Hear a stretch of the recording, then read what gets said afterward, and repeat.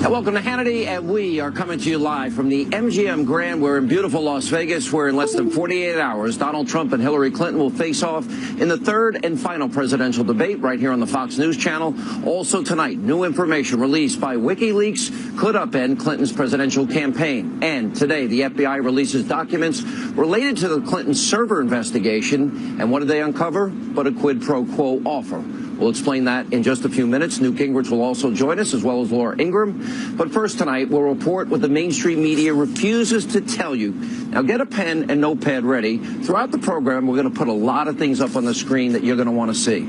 Now, a shocking new undercover video from James O'Keefe's Project Veritas appears to show Democratic operatives admitting that they're responsible for stoking the violence that we have seen at Trump campaign rallies. Now, Fox News Channel has not independently verified the content in the video, but what was caught on tape is beyond disturbing. Watch this. If you're there and you're protesting and you do these actions, you will be attacked at Trump rallies. That's what we know. So that's part of the process of eliciting the reaction. The whole point of it is we know that Trump's people will freak out, his security team will freak out, and his supporters will lose their. This is Scott Fogle. He is the National Field Director for Americans United for Change. He used to work for People for the American Way, an organization funded by George Soros. He also has his own company called the Fogle Group. He is one of the dark operatives for the Clinton campaign. We were contracted directly with the DNC and the campaign. Both. Yeah. I am contracted to him, but I answer to the head of special events for the DNC and the head of the special events and political for the campaign. The campaign pays DNC pays Democracy Partners pays the Fogle Group, the Fogle Group goes and executes. Democracy Partners is a private political consulting company with deep ties to Hillary Clinton, Barack Obama's White House, and the Democratic National Committee. We are the primary mechanism as a team. Democracy Partners is the tip of the spear. Wherever Trump and Pence are going to be, we have events. Okay. And we have a whole team across the country that does that. Both consultants and people from the Democratic Party and the Democratic Party apparatus and people from the campaign, the Clinton campaign. My role for the campaign is to manage all that. So I'm basically Deputy Rapid Response Director for the DNC for all things Trump on the ground. This guy is Aaron Black. He works full-time for Creamer at Democracy Partners. He directs the spontaneous protests at Trump and Pence events. His real name is actually Aaron Minter. We don't know why he uses the name Black. Nobody's really supposed to know about me. So the Chicago protest, when they shut all that was us. It was more him than me, but none of this is supposed to come back to us because we want it coming from people. We don't want it to come from the party. So if we do a protest and it's DNC protest, it's right away the press is going to say partisan. But if I'm in there coordinating with all the groups on the ground and sort of playing field general, but they're the ones talking to the cameras, then it's actually people. But if we send out press advisories with DNC on them and Clinton campaign, it doesn't have the same effect. And there's a lot more to come. Now, we reached out to the people and groups mentioned in that full video, as well as the Clinton campaign and the DNC for comments. Scott Fogle and Americans United for Change are the only ones to get back to us. Fogle's statement about the video reads in part, quote, "This scheme to cast legitimate organizing activities as a sinister plot is nothing but a ruse." Fogle later goes on to say, all who view these recordings should remember that they are speculative conversations where we attempted to correct a misguided idea put forth by O'Keefe and his cronies, and we did not take the bait. And the president of Americans United for Change, Brad Woodhouse, he responded to the video by saying in part, quote, "Americans United for Change has always operated according to the highest ethical and legal standards." Scott Fogle, he's no longer associated with Americans United for Change. All right, now here to get the reaction, we bring with us the author of the New York Times bestseller, Treason, former Speaker of the House, Fox News contributor Newt Gingrich. I want to read one more thing that came out here, Mr. Speaker, if I may, because in this video they explain the flow of money and their rapid response operations. And this is what they say. The campaign pays the DNC. The DNC pays Democracy Partners. Democracy Partners pays the Foval Group. The Foval Group goes out and executes the on the ground, meaning when they foment anger and fighting and even take credit and brag about that they're responsible for what happened in Chicago when they stopped Donald Trump from giving a speech. What is your reaction to all these tapes? Well, I think if it turns out to be a systematic organization that blocked Trump from even having a meeting in Chicago, it's a direct assault on democracy and on the rule of law. And, of course, just yesterday, you had a Republican campaign headquarters in North Carolina that was firebombed, something which I think was an act of intimidation that's designed really to say to people, you better not go to Republican headquarters. Who knows what's going to happen? I mean, this is the sort of thing the left is so terrified of a genuine outsider winning that you're getting this kind of really illegal and anti-American activities that we should all be condemning, including, by the way, Hillary Clinton. I mean, she should adamantly condemn it. She should fire anybody who's in the chain that paid for it. And let's clean this thing up. Well, Mr. Speaker, I take it a step further. I want to know what she knows and when she knew it, because they are more than suggesting. They are saying on this tape that they are coordinating with the DNC. They are coordinating with, by the way, that would be a violation of campaign finance law. But all of this is coordinated, all of this is designed, that this is organized by them around the country to create a false image that Trump campaigns are violent. And they said they're doing it in every city, in every town, in every state, and they themselves are fomenting the violence. I mean, what does that say if the DNC and the campaign's involved in this? Well,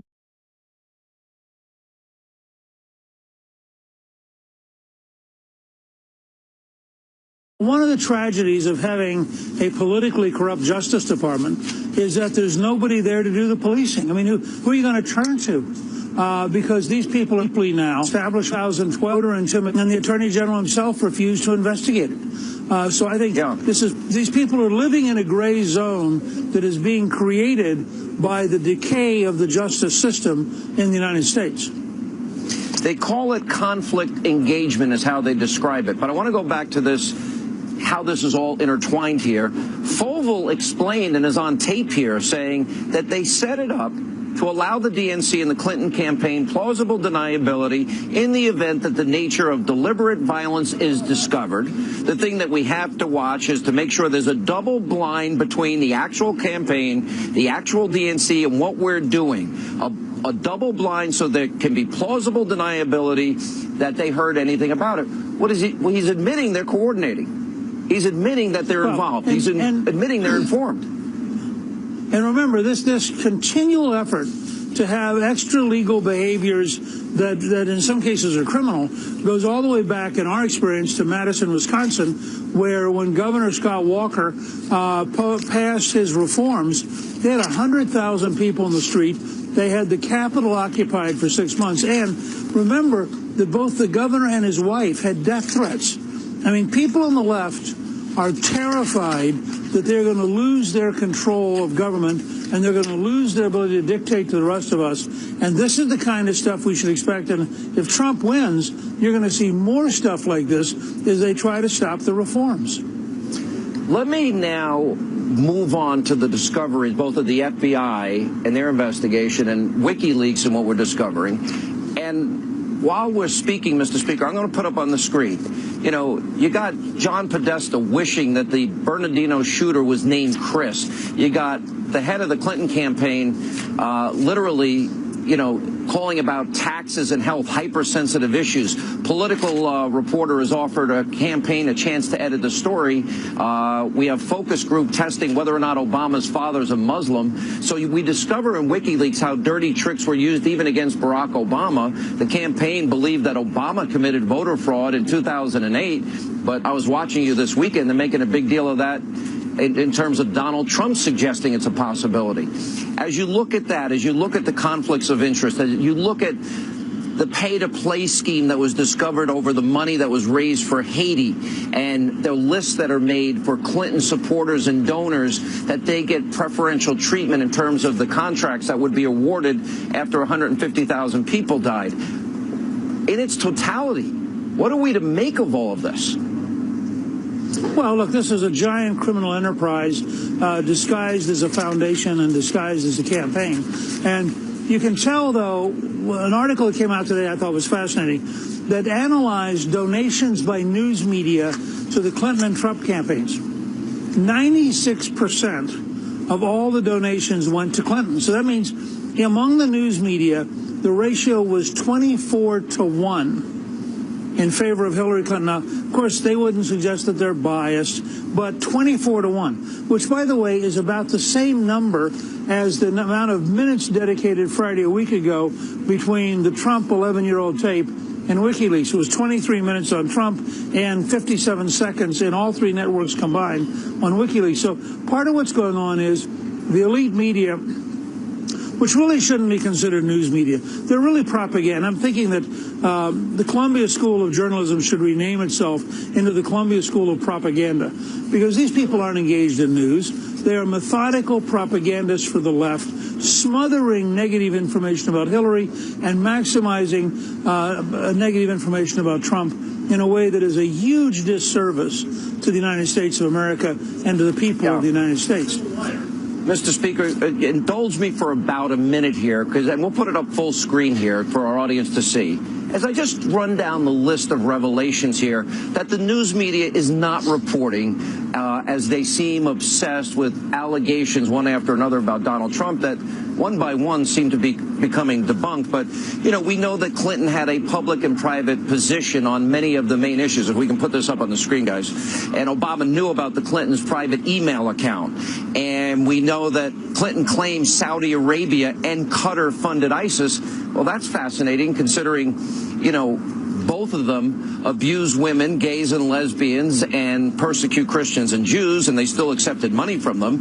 That Clinton showed concern about vetting refugees, said we can't possibly vet them. That means she's willing to gamble with the lives of the American people. That Clinton bragged about being invited into Putin's inner sanctum. She was giving Donald Trump a hard time about that. That she said she's removed from the struggles of the middle class. She's so rich. They have a plan to attack Catholics and evangelicals and infiltrate the Catholic Church. She admitted a no-fly zone would be very difficult, but supports it publicly. She went back and forth over the Keystone Pipeline, said fracking was a gift. She praised Wall Street in her paid speeches. She supported a plan that would cut Social Security. She showed support for open borders and an open hemisphere.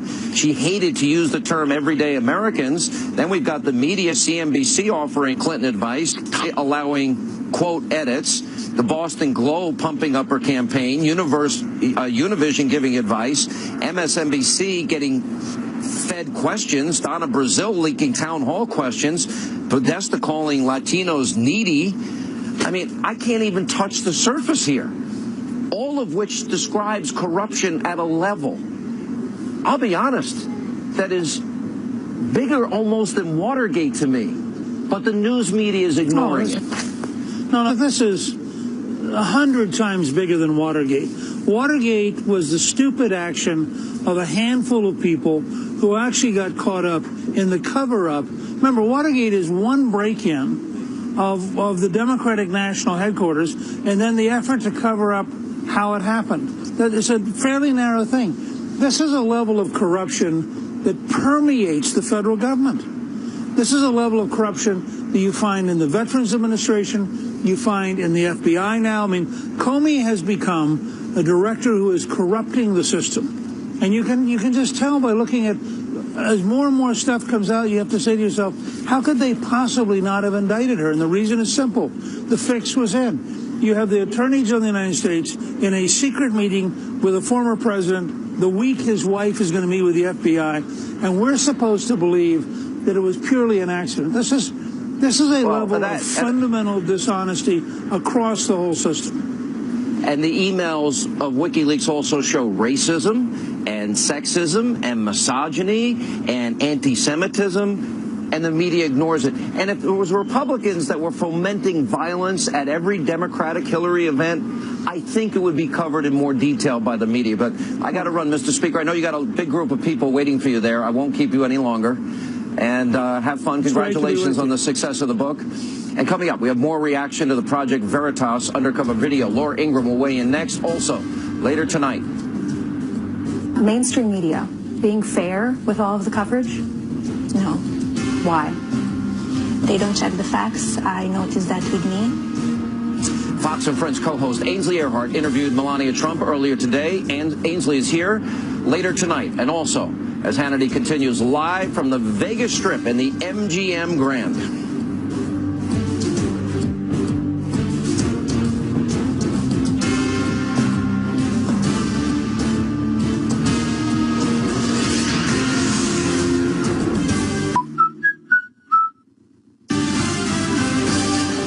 Welcome back to Hannity. An alarming new video from James O'Keefe's Project Veritas is causing major controversy tonight.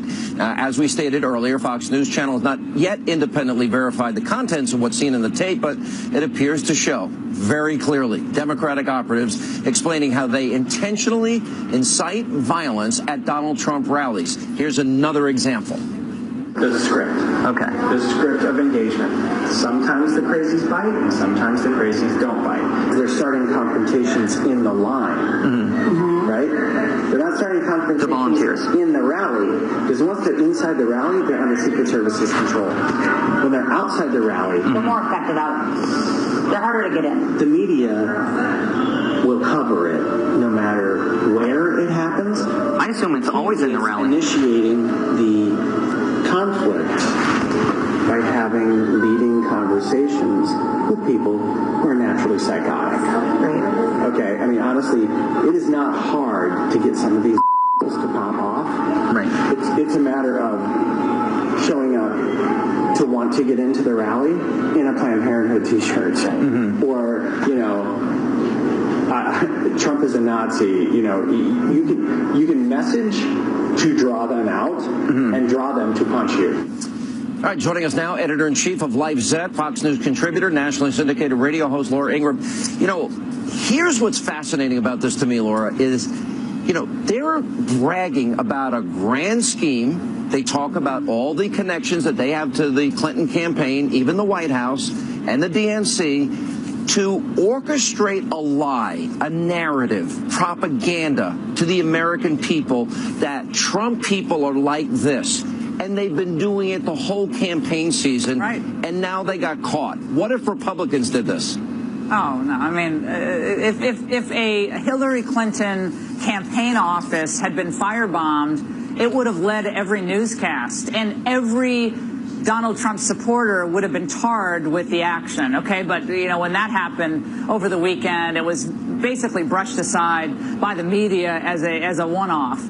And in this Project Veritas tape, Sean, really does comport with what you've been saying, I've been saying all along. There've been too many cute little actions that seemed a little too convenient during this campaign. Remember that guy who yelled out during the primary season that question about the Muslims at one point, and then he just disappeared, and they were trying to engage Trump on that about, I think it was about the deportation or something. It was just so obvious that it didn't seem like it was real. It seemed like these were actors. Remember, Hillary Clinton had that little girl ask her the question at the event last week or the week before. It turns out the question was scripted by her parent, who himself had a connection to state government in Pennsylvania. So a lot of this stuff is fraudulent, and a lot of this stuff is orchestrated, and it's propaganda. And it is exactly what Hillary's record is: fraudulent, filled with propaganda, filled with lies, filled with media, amplifications, and it goes along with the entire campaign's outlook, frankly. It doesn't surprise me one bit. This is right out of Rules for Radicals. This is Saul Alinsky. And what I think is more fascinating, they have been fomenting violence this entire campaign season. Against police officers, too. They brag about it, and then they brag about how the DNC and the Clinton campaign and even the White House is involved. How do you justify this? Well, again, they don't think they have to justify it, Sean. Just like what Hillary says in response to the private server. She bats away these questions like they're pesky little mosquitoes, and then she gets back on her message. Oh, no, that's not what Director Comey said. I think he actually confirmed what I said, in her question and answer with reporters or on Capitol Hill. So their modus operandi here, Sean, is to deny and then quickly move on. And it works for them because unlike with Trump, the press they talk will about let creating it go. plausible deniability, but this is so serious that they brag about. We've got operatives in every state. They're going to every event, and they're fomenting violence. And they've been trained how to ask the questions. They even admitted they're responsible for Chicago. There was that 69-year-old woman. Apparently, they claim was an operative, and they get people in line at 6 a.m. so that they're in the front, so that the media hears their question, and the media buys it hook, line, and sinker. It seems to me we have been victims of a huge organized lie and propaganda campaign this entire election season. And I got to take a break, so I'm going to ask you about Wikileaks when we get back. More with Laura Ingraham straight ahead. Plus, the FBI releases more documents today related to Clinton's email investigation. Wait until you hear what a senior State Department official tried to get the FBI to do, and then later tonight. Those words, they were offensive to me.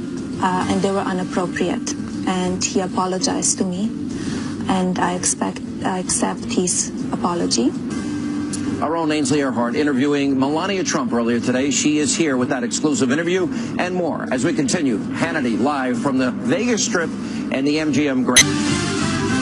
The media is trying to rig the election by giving credence, and this is so true, by giving credence to false stories that have no validity. They take a story with absolutely nothing that didn't exist, and they put it front page news because they want to poison the minds of the voters. They take things and statements and put it in from 30 years ago, from 20 years ago. By the way, just so you understand, just to be very clear, events that never happened, just so you do understand that.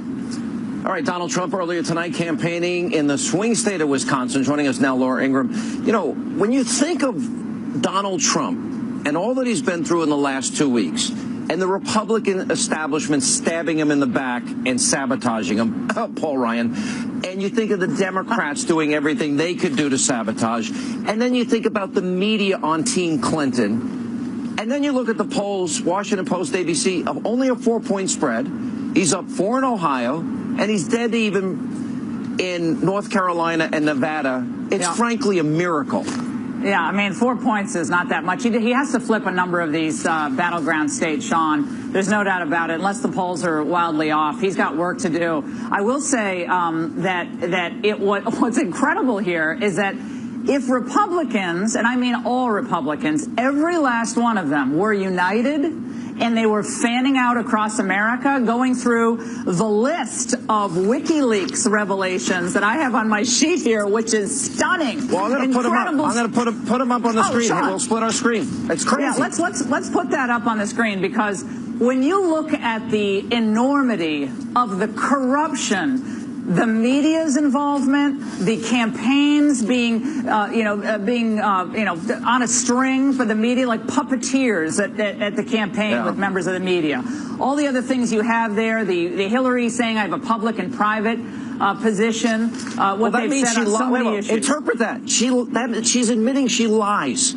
I'm going to tell you one thing in public, but in private, I'm going to tell you something totally different. And we have specific instances that she does it over and over again. It's hilarious on one level. Yeah, and also, Sean, when she's talking about she wants a better relationship with Russia, and she hopes we can have a better relationship with Putin. Now she criticizes Trump at various times for indicating we don't want to be at war with Russia. Of course, now as President Obama is basically threatening war with Russia, looks like wag the dog to a lot of people. But Sean, think about it. If every Republican, with that graphic up on the screen, if host erupt the Clinton campaign and what they would do to America, if that's all they did, and then talked about how Trump's plan for prosperity and tax reform would create jobs and opportunity, would be up 10 points. Okay, here's a problem.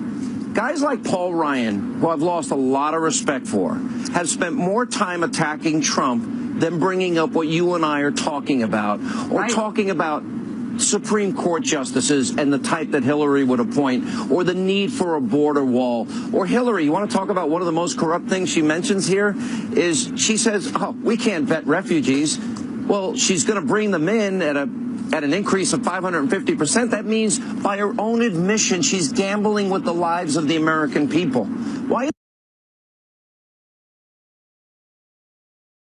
isn't Paul Ryan talking about that? I think in 23 days, win, lose, or draw, we need a long conversation about whether or not he should be Speaker of the House. Well, I think, anyone who calls himself or herself a Republican or a conservative who is not doing everything in his or her power legally, unlike the Clintons, to stop Hillary Clinton from becoming president really has lost all ability or all credibility to be complaining in the future if Hillary Clinton should become president. Don't complain about Supreme Court justices.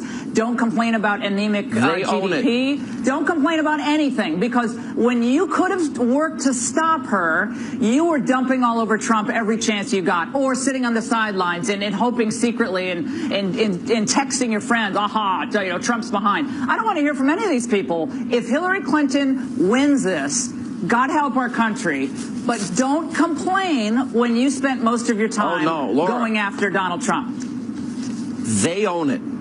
And I'm going to tell you, and Paul Ryan and Republicans have been more critical of Donald Trump than they've ever been about Obama, than they've ever been about Hillary. And frankly, their weakness created Donald Trump. Their broken promises helped create Donald Trump. Yeah, he's a symptom of what they didn't do for the people. Sean, just one more thing. In the Veritas tape, what they did was they were basically making fun of mentally ill people, because they were saying, we throw out these mentally ill people to create these disruptions. People.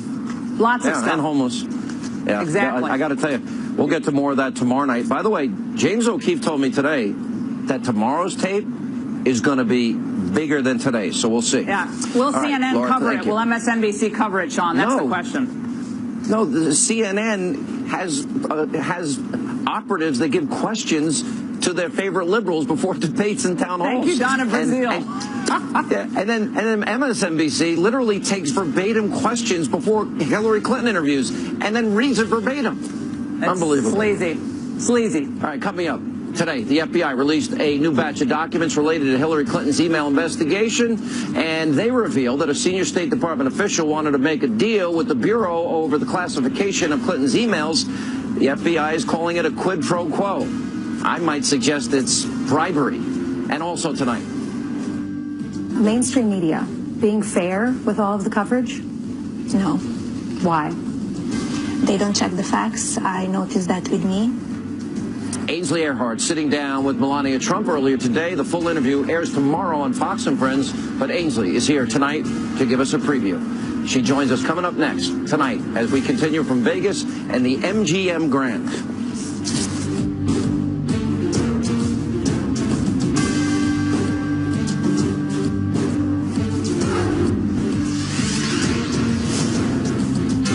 Mainstream media being fair with all of the coverage? No. Why? They don't check the facts. I noticed that with me since my husband announced story after story. Even if I say my answers, they don't listen to me. They would prefer to listen to somebody else who doesn't know me. That's why all the immigration story came out, as you remember. New York Post did 2 rows, in 2 days in a row. My pictures that I took as a model. I'm very proud of my body. I'm not ashamed of my body. I'm very comfortable in my body. All right, that was Melania Trump talking with Fox and Friends co-host Ainsley Earhardt about the mainstream media's coverage of her husband and her and her husband's campaign. During the sit-down, Ainsley asked Mrs. Trump about her reaction to the leaked audio of her husband from 2005. Let's take a look. Those words, they were offensive to me, and they were inappropriate. And he apologized to me, and I accept his apology. And we are moving on. From a woman's perspective, what were your thoughts when you heard those tapes? I this is not the man that I know. This is, we could see, as I always said, as my husband said as well, for a successful businessman, entrepreneur, entertainer, that he did so much in his life, being in so many shows, so many tapes. It's very hard to run for a public office. And he did it anyway. He said, I want to help American people. I want to keep America safe. I want to bring back jobs, bring back economy. So our children, our future will be the best way possible. All right, the full interview with Melania Trump is going to air tomorrow, beginning at 6 a.m. on Fox and Friends. And joining us now is our own Ainsley Earhart. First of all, congratulations. I watched the interview. It's amazing. Thank you. I have gotten to know her, and I want to get your thoughts on this. She's such an impressive woman. English is her fifth language, not her first, not her second. What do you think of her, first of all, as a person?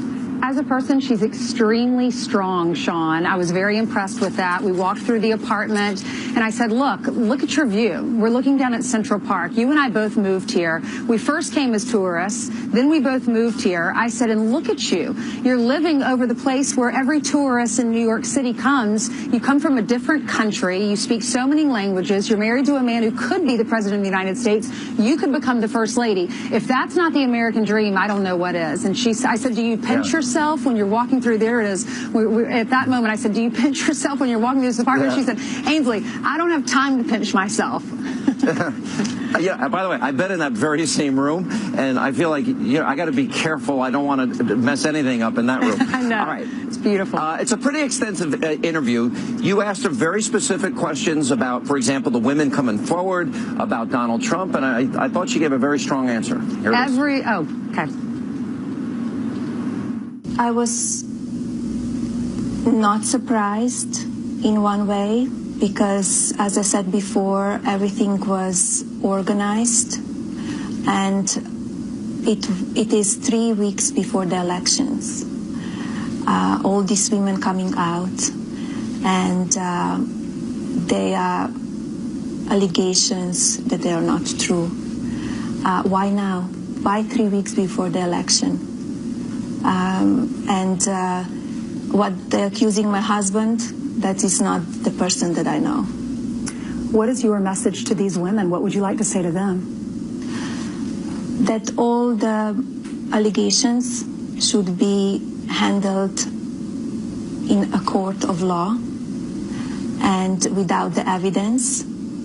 To accuse somebody, is a man or a woman, it's damaging and it's unfair. Why do you think they would make this up then? Because they want to damage the presidency of my husband. And it was all planned, was all organized from the opposition. You know, Ainsley, I think you raise a very, very tough point about these women, but I was watching Judge Jeanine Pirro over the weekend, and for example, one of the main accusers was on a flight with Donald Trump, and the guy that was sitting in the seat next to them totally debunked that story. But when you reveal it 3 weeks before an election, it becomes very difficult for the person being accused. What did you think of her answer on that? Yeah, I mean, I thought her answer was fair. She said there's no evidence, so let's take this to court. Prove to me you just can't come out a few weeks before the election and damage my husband's reputation and say these things about a father without any evidence. But from a woman's perspective, I mean, I definitely see both sides. And here they are, like she said, it was coordinated. So many women came out at one point. She did make a good point saying, why didn't one or two come out periodically if that were the case? Why didn't they come out immediately when this happened, if it did happen? She said, why did they all come out together and it happened to be just a few, 22 days out from the election? You know, and it's also relevant in this sense that I interviewed Juanita Broderick, Paula Jones, and Kathleen Willey and Kathy Shelton, and one of the things that surprised me in that interview, Ainsley, was they didn't get request to be interviewed by many of the same media outlets that have gone wall to wall on this. You asked one really important follow-up question that I want to sneak in here, and that is what she thinks about them probing Bill Clinton, considering we know that the Monica story is true, we know the Jennifer story is true, and he did pay $850,000 to Paula Jones. Let's roll it. Is it fair for the media to bring up Bill Clinton's past, or for Donald Trump to bring up Bill Clinton's past? Well, if they bring my past, why not? So they're asking for it. They're asking for it. They started from the beginning of the campaign, putting my picture from modeling days, as you want that to be your first lady. That was my modeling days, and I'm proud what I did. I worked very hard. I think that was a good answer. Ainsley, just to tell people, programming note, set your alarm. The entire interview with Melania airs tomorrow morning, right? That's right. Tomorrow from 6 to 9 Eastern Time, we're going to be on with Melania. I sat down with her for an hour and a half, talking about how they decided to run together as a couple. Her immigration papers, people have questioned whether or not she came here legally. She talks about that. Her advice to her husband for the debate on Wednesday. Why we don't see her out on the campaign trail as much. That answer was a strong answer. And when are we going to see her out more, and Ivanka more? People always request those two things to all of us. So there you go. Lots more that I'm not including. All right, Ainsley, great interview, great job as Thanks, always. Sean. Thank you so much for sharing it with us. And coming up, the FBI releases new documents about the Clinton email server investigation and reveals that a senior State Department official tried to cut a quid pro quo deal over the classification of Hillary's emails. We're going to have the details coming up straight ahead.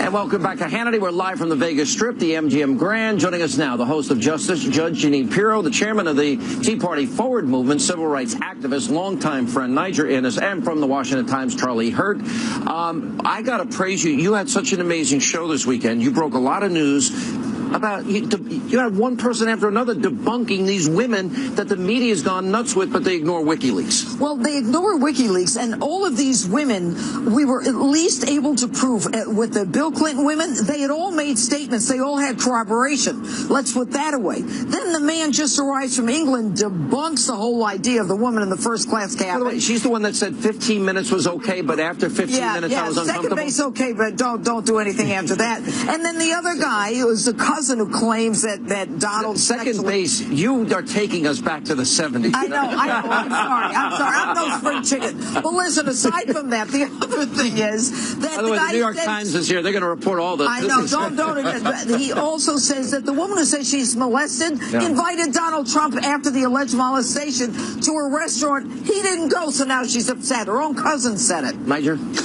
Oh, you look, I've got memories, speaking of flashbacks, I've got memories of Anita Hill and Clarence Thomas, and I remember how that bomb was dropped at the last minute when history was about to be made with Justice Thomas. Back to the old playbook, and that smear has lasted to this day, so much so that in the African American Museum, you have more on Anita Hill than you have Justice Clarence Thomas. That's a disgrace. And then you see this Project Veritas tape where they are fomenting violence, they're admitting it, and admitting coordination with the Clinton campaign and the DNC, and it goes straight up to the White House. Yeah, no, it really is truly incredible. And then of course, you have this the firebombing of the headquarters. Yeah, North Carolina. Imagine if it was a Democrat. God forbid. Yeah, absolutely. But you listen to the television, to the news, and the people are actually talking about, well, maybe it was a Trump supporter that did it. Yeah. What are you talking about? And if there's any one of these, Machiavellian. It is. Yeah. And if anything happens at a Trump rally, it is blamed directly on Donald Trump. Of course, something like this happened. We don't know what happened with the firebombing thing, but the idea that people would even entertain the notion. But here's the deal. They've covered they have created a false story, a narrative, violence at Trump rallies. Now that we know it's fomented entirely and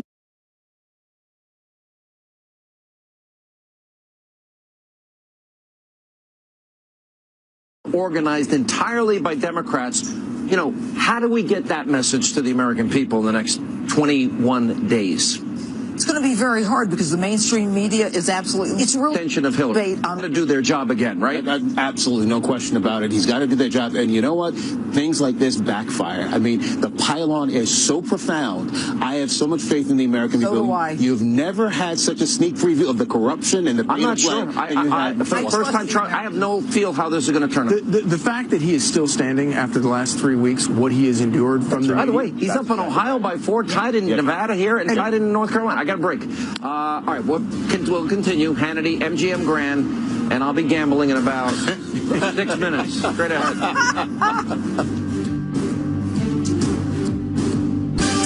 All right, unfortunately, that's all the time we have left this evening. Now, quick programming notes. Don't forget, set your alarm and wake up early so you can watch Ainsley's full interview with Melania Trump. It's all happening on Fox and Friends in the morning.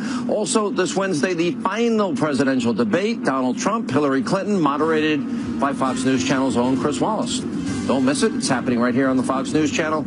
All right, we are here tomorrow night from the MGM Grand. It's Hannity out. I'm hitting the tables. Have a good night.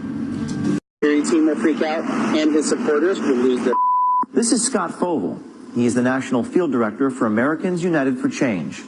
He used to work for People for the American Way, an organization funded by George Soros. He also has his own company called the Fogle Group. He is one of the dark operatives for the Clinton campaign. We have contracted directly with the DNC and the campaign. Both. Yeah. I am contracted to him, but I answer to the head of special events for the DNC and the head of the special events and political for the campaign. The campaign pays DNC, DNC pays Democracy Partners pays the Fogle Group, the Fogle Group goes and executes. Democracy Partners is a private political consulting company with deep ties to Hillary Clinton, Barack Obama's White House, and the Democratic National Committee. We are the primary mechanism as a team. Democracy Partners is the tip of the spear. Wherever Trump and Pence are going to be, we have events. Okay. And we have a whole team across the country that does that. Both consultants and people from the Democratic Party and the Democratic Party apparatus and people from the campaign, the Clinton campaign.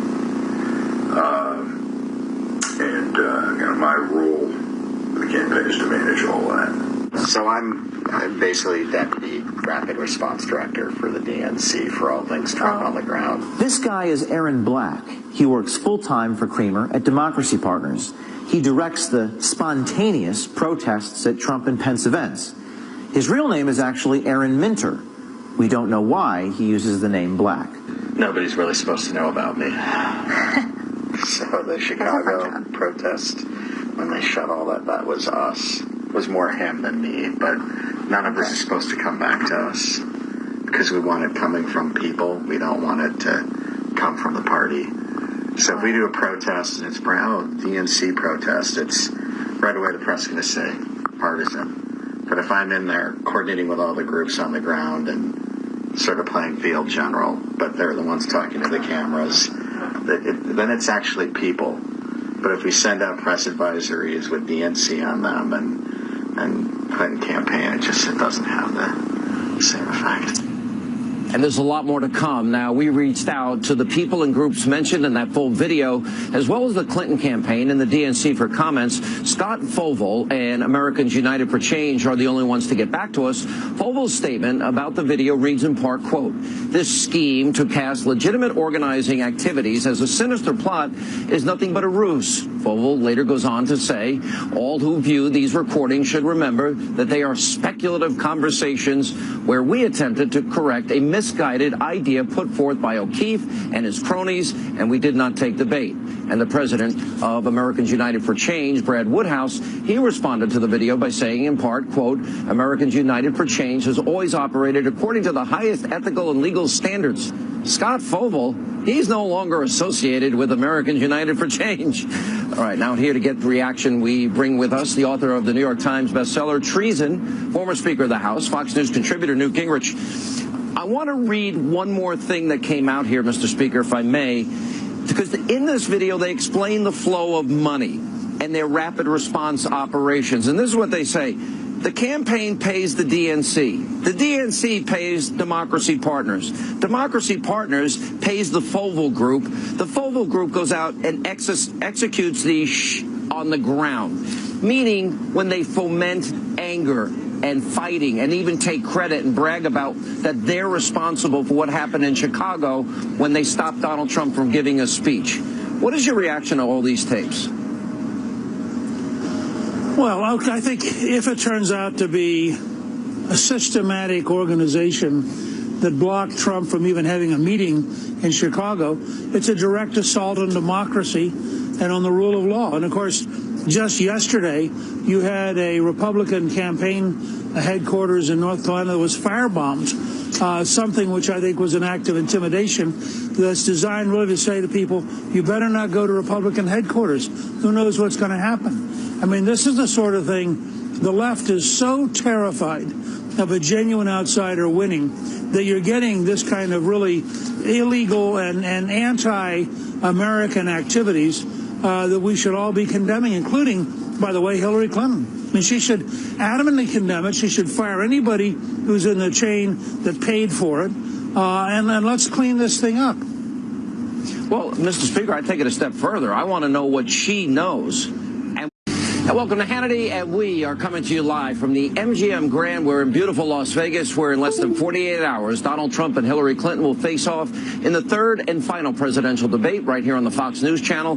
Also tonight, new information released by Wikileaks could upend Clinton's presidential campaign. And today, the FBI releases documents related to the Clinton server investigation. And what did they uncover? But a quid pro quo offer. We'll explain that in just a few minutes. Newt Gingrich will also join us, as well as Laura Ingraham. But first tonight, we'll report what the mainstream media refuses to tell you. Now, get a pen and notepad ready. Throughout the program, we're going to put a lot of things up on the screen that you're going to want to see. Now, a shocking new undercover video from James O'Keefe's Project Veritas appears to show Democratic operatives admitting that they're responsible for stoking the violence that we have seen at Trump campaign rallies. Now, Fox News Channel has not independently verified the content in the video, but what was caught on tape is beyond disturbing. Watch this.